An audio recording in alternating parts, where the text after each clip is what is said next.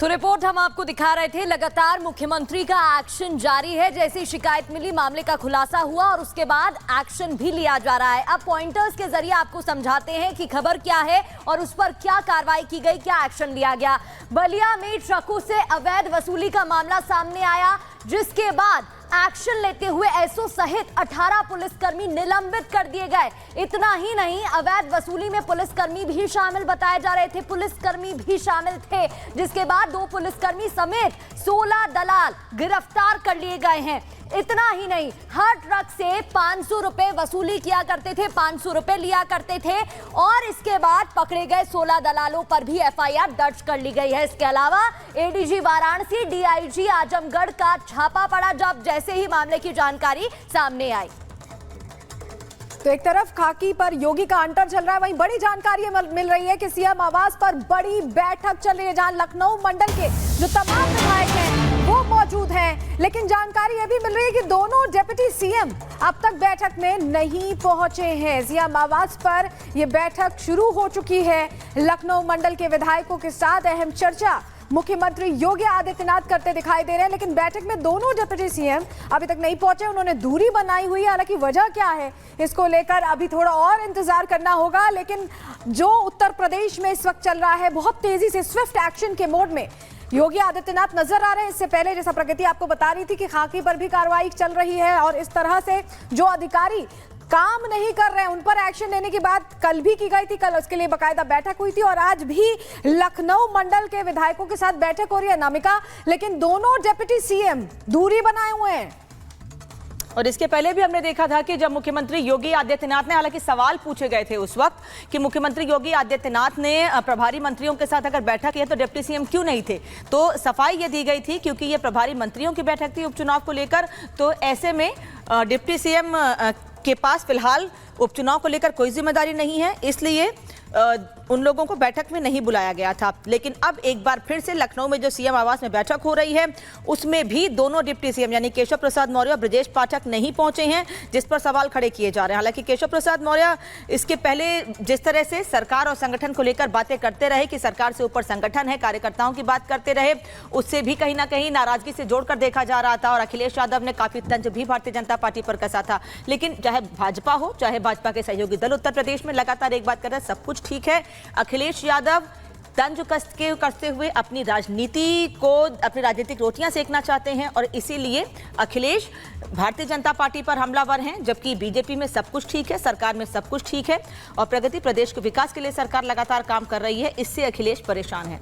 बिल्कुल, और इस वजह से वो तमाम बयान भी सामने आते रहे हैं। सीएम आवास पर एक तरफ आपको जानकारी दे रहे हैं कि बैठक शुरू हो गई है, लेकिन दोनों डिप्टी सीएम के बैठक में शामिल होने की कोई जानकारी अब तक नहीं मिली है। लखनऊ मंडल के विधायकों के साथ चर्चा कर रहे हैं और लगातार एक्शन मोड में भी है मुख्यमंत्री योगी आदित्यनाथ। वहीं पुलिसकर्मियों पर भी कार्रवाई की जा रही है। जब मामले की शिकायत मिली और पता चला कि इसमें पुलिसकर्मी भी शामिल थे तो उन पर भी एक्शन लिया गया, निलंबित किया गया। साथ ही 16 दलाल जो शामिल बताए जा रहे थे उनको गिरफ्तार कर लिया गया है।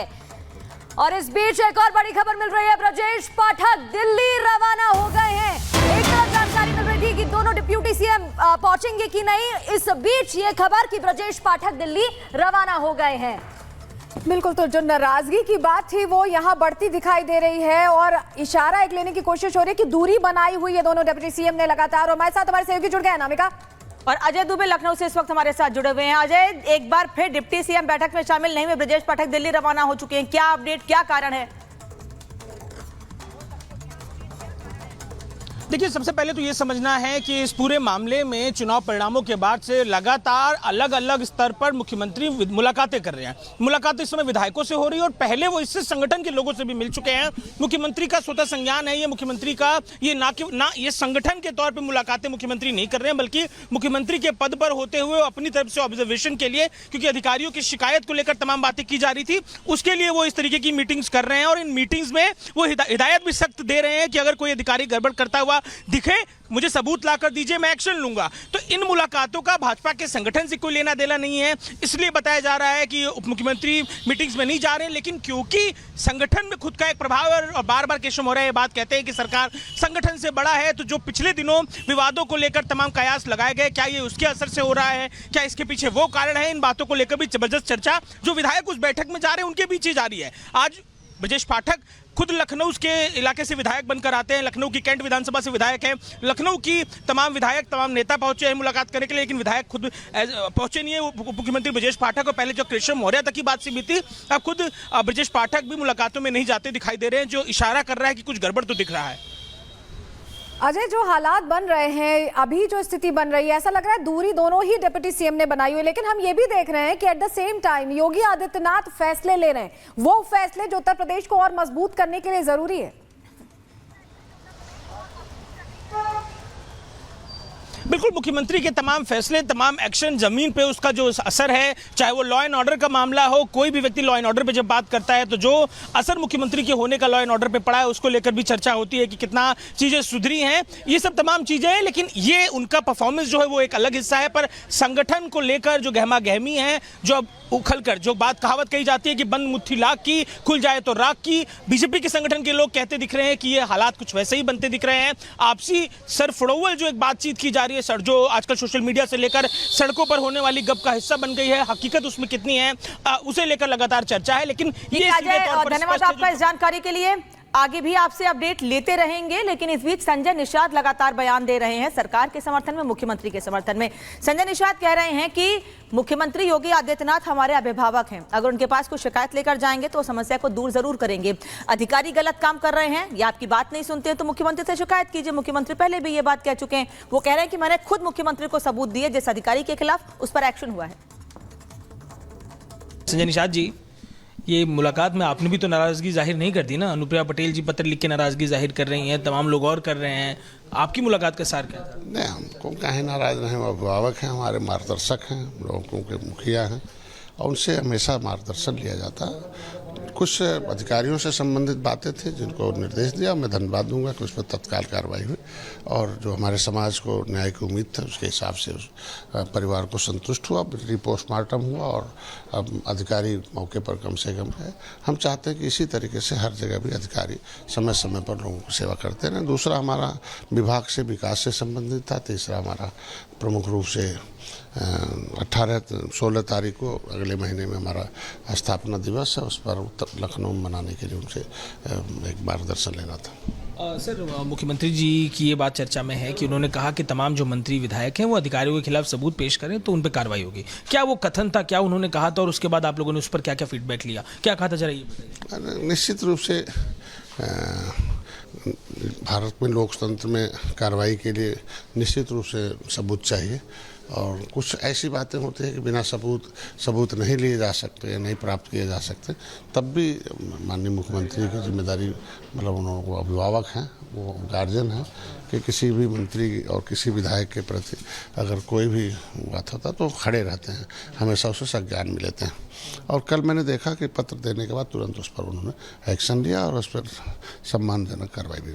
ये तमाम जो मंत्री हैं सरकार के, वो इस समय, ये आपने पहले भी बताया था, चुनाव के समय भी कई अधिकारियों ने गड़बड़ की थी, तो ये रिपोर्ट आप लोग अपनी तरफ से तैयार कर रहे हैं मुख्यमंत्री को देकर कार्रवाई कराने? नहीं, ढेर सारे, मैंने पहले बताया, ढेर सारे अधिकारी अच्छे हैं उत्तर प्रदेश को, तभी आज उत्तर प्रदेश पे हम लोग इतनी कामयाबी प्राप्त की। लेकिन एक दो अधिकारी ऐसे हैं कि जो उनके वजह से ज़्यादा किरकिरी होती है और उन अधिकारियों को चिन्हित भी करते हैं मुख्यमंत्री जी, दंडित भी करते हैं।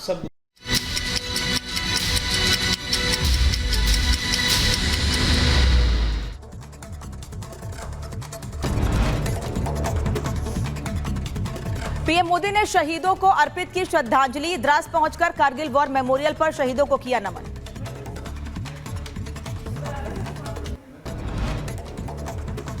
विश्व की सबसे ऊंची शिंकुला टनल का पीएम ने किया उद्घाटन। शिंकुला टनल 4.1 किलोमीटर लंबी होगी।